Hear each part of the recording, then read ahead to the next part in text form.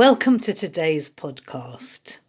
I'm going to be talking in a moment to Chris Wood about the goddess Elen or Helen, who's become really popular these days and is the subject of various cards and paintings by artists and some recent books as well.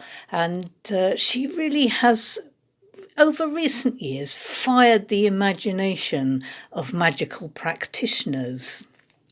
Now, my first encounter with Ellen or Helen came when I read John and Caitlin Matthews' The Western Way Volume 1, and there was just a little bit about her in there, which for some reason really fired my imagination. And this is what they write about her. Helen of the Roads, goddess of trackways and ancient roads. Known sometimes as Ellen, she features in the Dream of Max and Vledig in the Mabinogion, where she rules over the country of dreams. Known also as the goddess of evening and morning, she performs the role of guide and instructor to those seeking the old serpent ways to the sites of arcane knowledge. Perhaps one of the oldest native deities, she assumed Roman influence and was identified with St. Helen of Colchester, the mother of Constantine the Great. One of the great old trackways in Wales is known as Sarn Helen, Helen's Road, and to follow this on foot is an excellent way to establish contact with this particular archetype.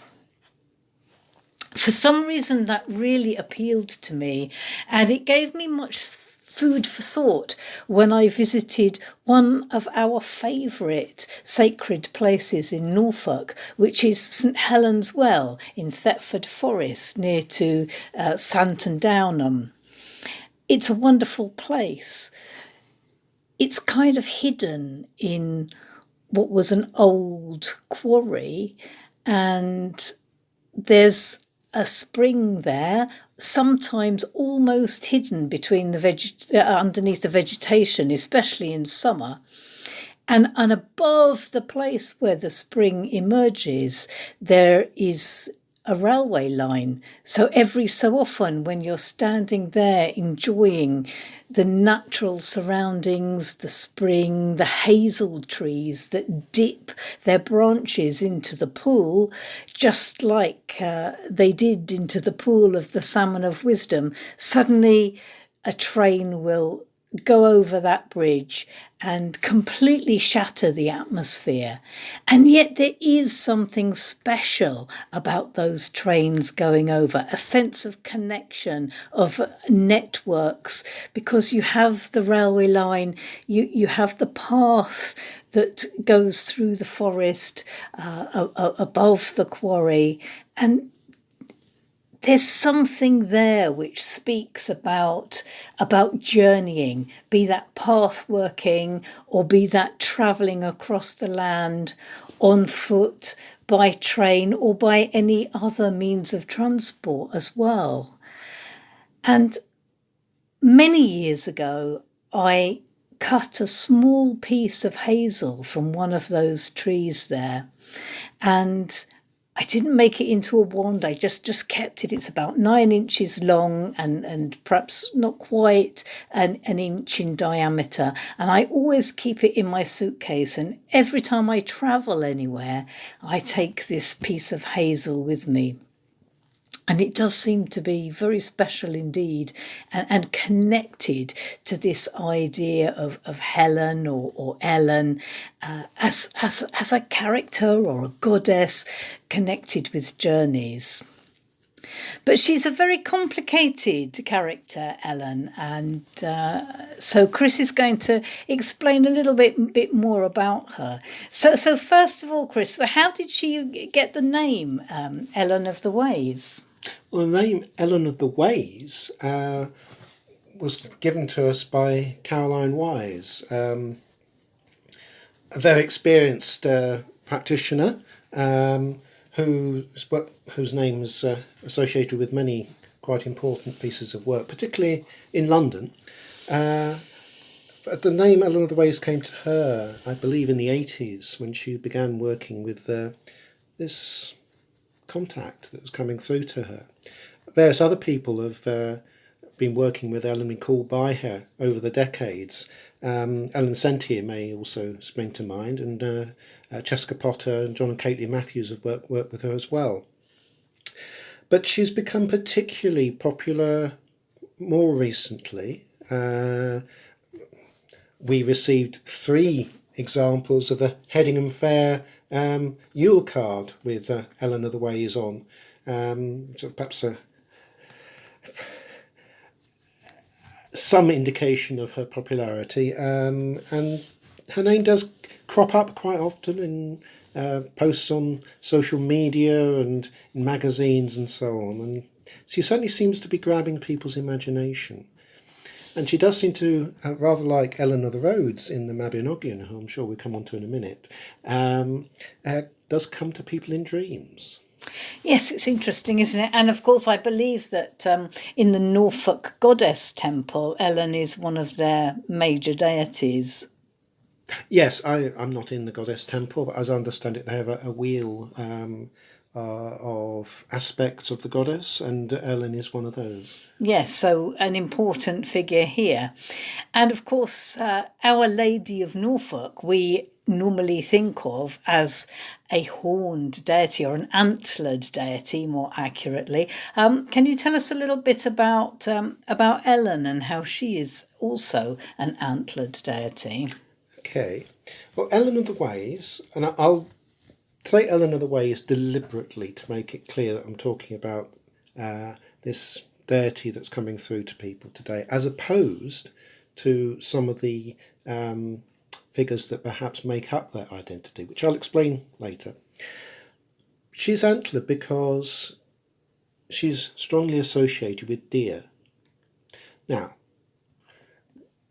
deer, normally, only the males have antlers, except reindeer or caribou in America. It's the same species.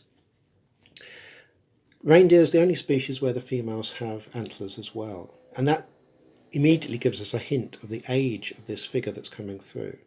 And Ellen does seem to be a figure that goes right back to the days when the reindeer roamed these islands, or indeed peninsula as it was at the time, because the North Sea mostly was not there, the English Channel was not there, glaciers covered a lot of northwest Europe, and the people that were here followed the herds, hunted reindeer. Actually, the tundra was a very, and still is where it exists, very productive landscape in its way, but certainly not the comfortable one we think of today. And it does seem that Ellen goes back to a spirit of those reindeer and of the people who tracked the reindeer, hunted them, communed with the spirit of the herd. And perhaps as the reindeer moved north, as the climate warmed, other deer came in to replace them in people's minds and kept making trackways through the new woodlands that were growing up, the deer trods, which became convenient routes to follow. So she carries on being this goddess of the land and of ways through the land, but also a matron goddess, if you like, guiding the herd, providing what's needed by everybody in the herd, young and old. It's very interesting that you make that connection between Ellen being connected with trackways and journeying, but also this idea of the deer actually making the trackways, because we have experience in our own garden of how even the little monkjack can make quite definite trackways in devastating ways through our own garden. Yes, you wouldn't think such a small creature could have such an impact, but they do. Yes, they're very good at it, aren't they?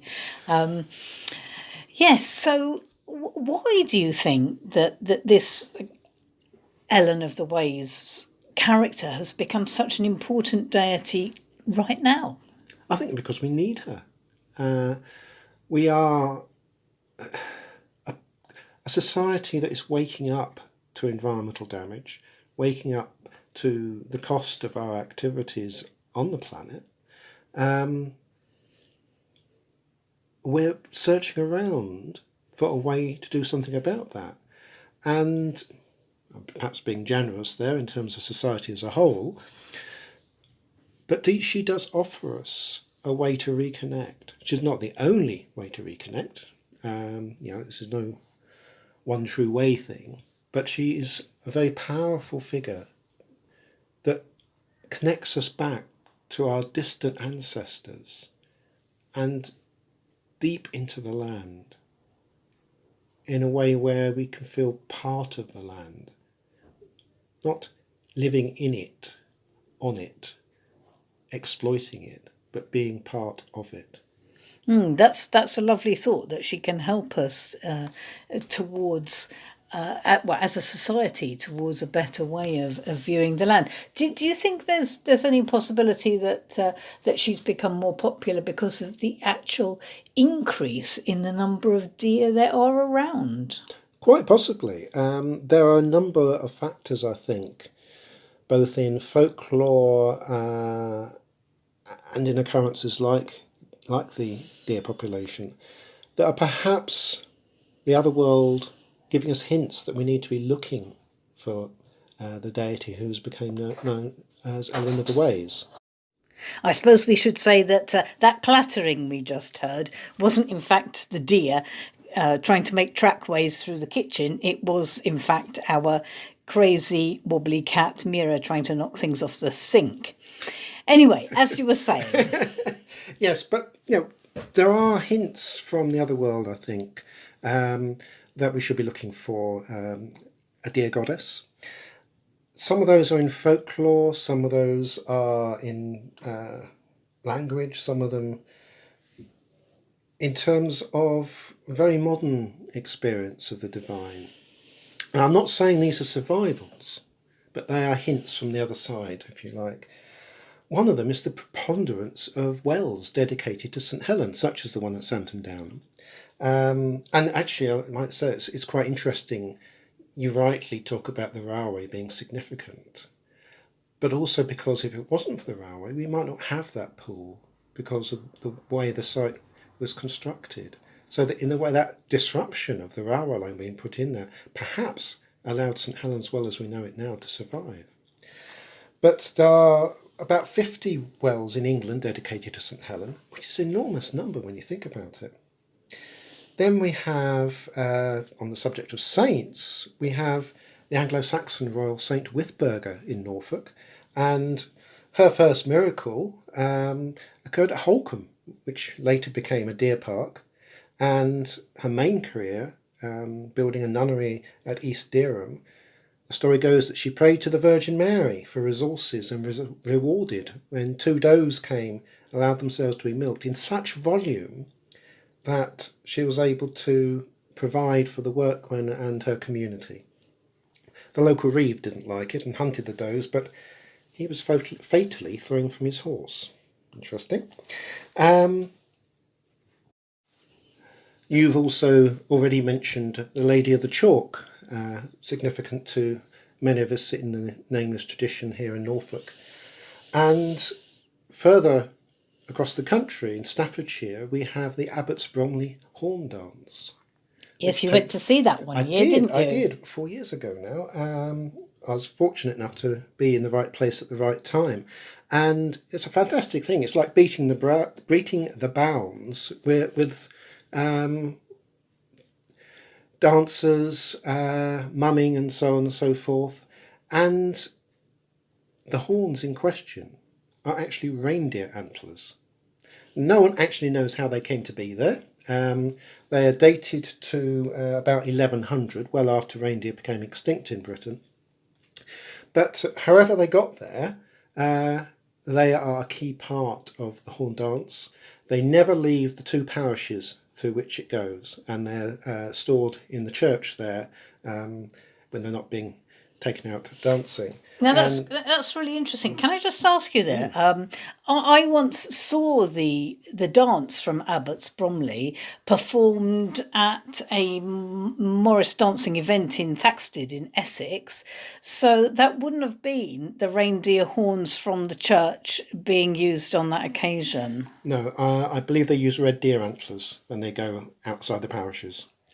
Nevertheless, even if it isn't the reindeer antlers themselves, the dance, and I remember seeing it at twilight on that occasion, is incredibly haunting and a magical experience for anybody who has the opportunity to see it. Absolutely. And I think I visited on one day and one night, but my impression was that it's something that's seen as bringing a real blessing to the village. So there are these things that are perhaps echoes, perhaps premonitions, hints from the other side to that deer are significant in a spiritual as well as a mundane way. They are very special beings, aren't they? I mean, it's even though the deer in the garden eat all of my flowers and some of the vegetables as well. It's you nevertheless feel that you can't really be angry with them because just having them there is such a blessing. Absolutely, it's a bit of the wild in our lives here in the city. But there are many ways that Ellen's coming through. You read at the beginning the piece from Jen and Caitlin Matthews of the Western Way about Helen of the Roads, also known as Helen of the Hosts or Ellen of the Hosts. And a number of figures seem to have come together to provide a vessel, a god form, if you like, for Ellen to sit in within the modern imagination, modern consciousness. Ellen of the Hosts came by dream to Maxen, who was Roman emperor, apparently. And he was so obsessed that he could do nothing until his aides and other agents went out and found who this beautiful woman was. And when they finally found her, they tried to get her to come to Rome. She was having nothing of it and said, well, he'll have to come to me. So Maxen journeyed to this wonderful land, which we can take as Wales, and met her, and he stayed with her for 7 years, and after which time, according to the rules, he could no longer be emperor. However, he didn't want to give it up, so he actually took an army and fought his way back to the imperial throne, and he was aided in this by Ellen's brothers, and they were instrumental in the siege of Rome and defeat of the upstarts. It's interesting that she was connected to a siege because one of the other Helens that perhaps came together with Ellen is Helen of Troy, who was also, one of the causes of one of the most famous sieges in mythology. Absolutely, absolutely. Helen of Troy, about whom much has been written. The reasons, the actions of for the whole event are back in the mists of Bronze Age time. If it ever actually happened the way it's presented in any of the Hellenic plays, Helen started off in a rather interesting fashion. She was born from an egg. This was because her mother was either Leda or Nemesis, and Helen was fathered on her by Zeus in the form of a swan. Now, sources differ as to whether this was consensual or whether it was actually rape, but either way, out pops Helen from an egg. She goes on, as a child still, to be abducted by that all-round Mr. Nice Guy, Theseus. As a child now, he abducts her as to be his wife. Helen's brother, the Dioscorides, or Castor and Pollux, go after Theseus and lay siege to Athens in order to get her back. Later on, she goes off with Paris to Troy. Now, this doesn't go down terribly well with Menelaus, who is her husband. And there's this little detail that all her suitors had given an oath to defend her and the winning suitor, her husband, should she ever be abducted. Hence the Trojan War. A bit deeper than that, because it seems that Zeus wanted there to be a war, and he'd actually instigated everything so that persuaded Eris, the goddess of chaos, to set up a strife between Hera, Aphrodite and Athene by rolling a golden apple into their midst, on which are the words "for the fairest." And Hermes goes off and gets Paris, who's spending his time being a herdsman on Mount Ida, to make the choice. Aphrodite says, look, if you pick me, you can have Helen of Sparta as your wife. He chooses Aphrodite. Now, it could have gone worse. If he'd chosen Athene, then Priam of Troy might well have conquered the whole of the Hellenic Empire anyway. So who knows what was the best result. But either way, Zeus got what he wanted, which was war between the Hellenic states and Troy, which is supposed to have gone on 10 years, which might have been a literary device in itself. And eventually Troy falls. Menelaus gets Helen back. It's totally unclear as to what her real desires are in this, but it all comes down to a beautiful woman who attracts a powerful man from a distance by non-mundane means, whether that's dreams, whether that's divine intervention. There's a bit of a pattern here. So do you see that as a kind of initiatory experience, being called, like symbolic of being called to the service of the mysteries? Or maybe to the service of the land.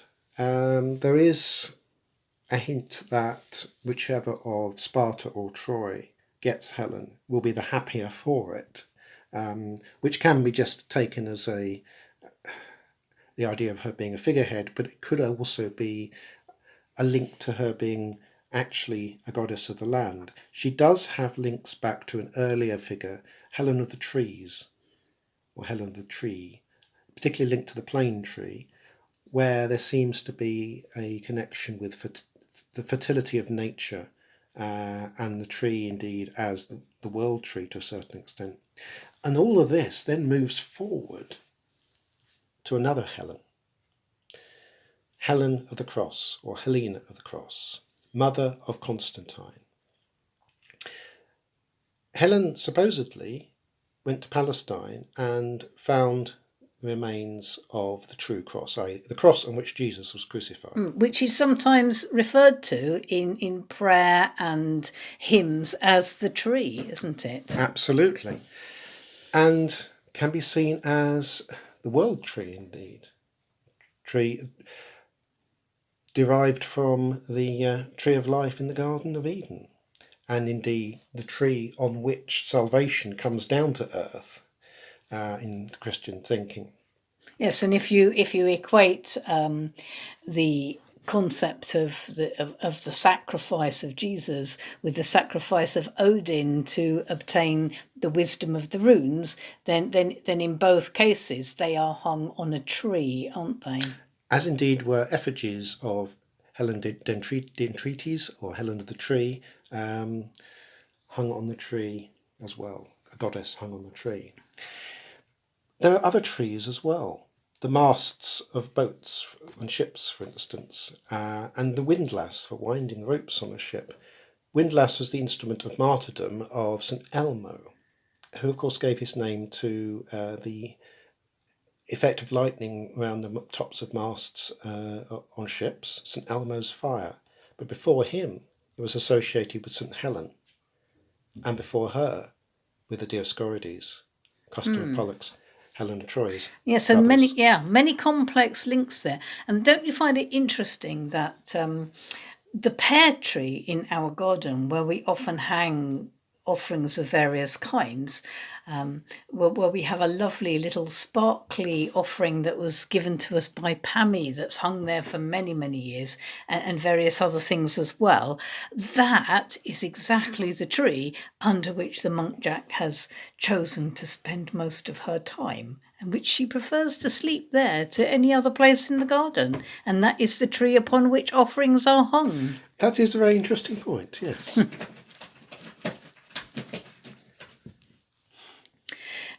So, how do you see then the connections between all these different manifestations of Elen, Helen, and how do they feed into the deity that people are working with at the moment? Well, I think a lot of what we think we know about Ellen of the Roads, or Ellen of the Hosts, who it seems became St Helen of Carnarvon, whose feast day is 21st of May, same as Constantine and Helen's joint one. So a lot of Ellen of the Roads probably derives from Helen of the Cross. So there's a big overlap there. But Helen of the Cross goes back to earlier things in the Hellenic world. But equally there are other Ellens dotted around in river names and so on, which are much more elusive, but seem to be there.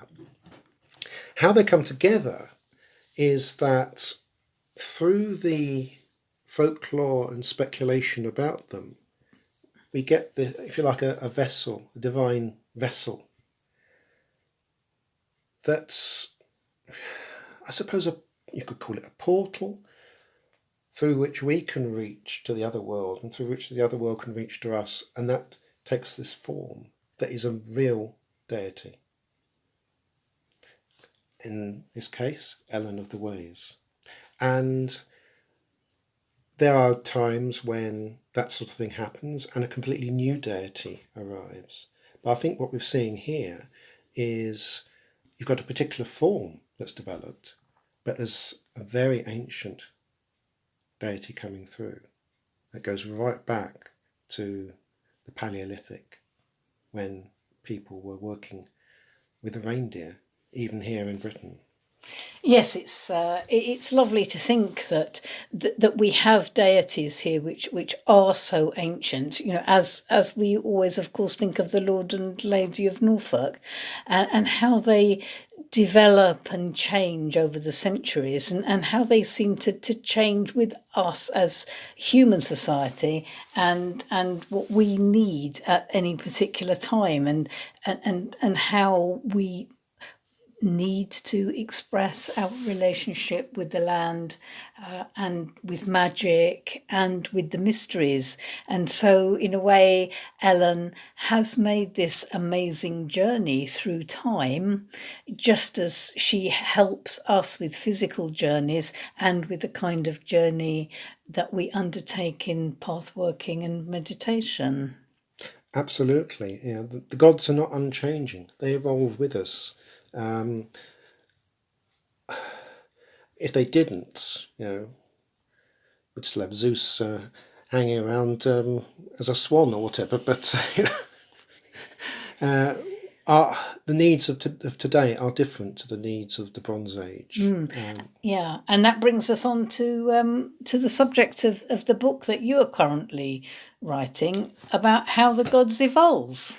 Yes, thank you. I wasn't expecting that plug. It won't be out just yet, but it is looking at those sort of evolutions. Certainly Ellen is one that we featured in there. But as are, for instance, some of the deities of ancient Egypt. Isis being the most obvious one, perhaps. But there are other figures like Pan, the name means universal, sort of universalization of deities that became lifeboats for the gods. And one of the figures that will be in there, who has a connection with Ellen, is the North Sea goddess Nehelenia. Yes, and she's a fascinating deity, and I think she deserves a podcast all of her own, doesn't she? I think maybe she does. Yes, so that's what we'll talk about next time. But for now, thank you very much, Chris, for your insights and your wisdom, and we'll speak again soon. Thank you. Right, bye. Bye.